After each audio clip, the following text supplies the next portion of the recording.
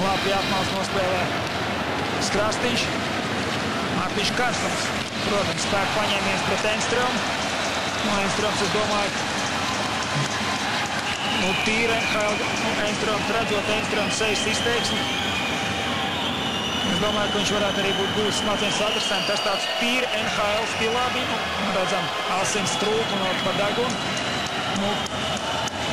NHL tas būtu normāli, bet šeit ir Eiropa un neliels uztraukums. Es domāju, ka,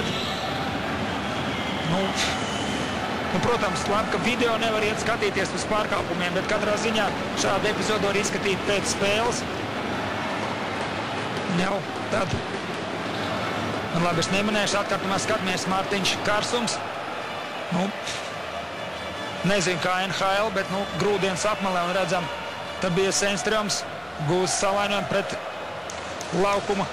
Redzam apmals kanti, un ar seju ietriedz Tabijas Enströms. Mārtiņš Karsums, redz, ka tiesneši nekādu uzreiz nenoreaģēja uz šo.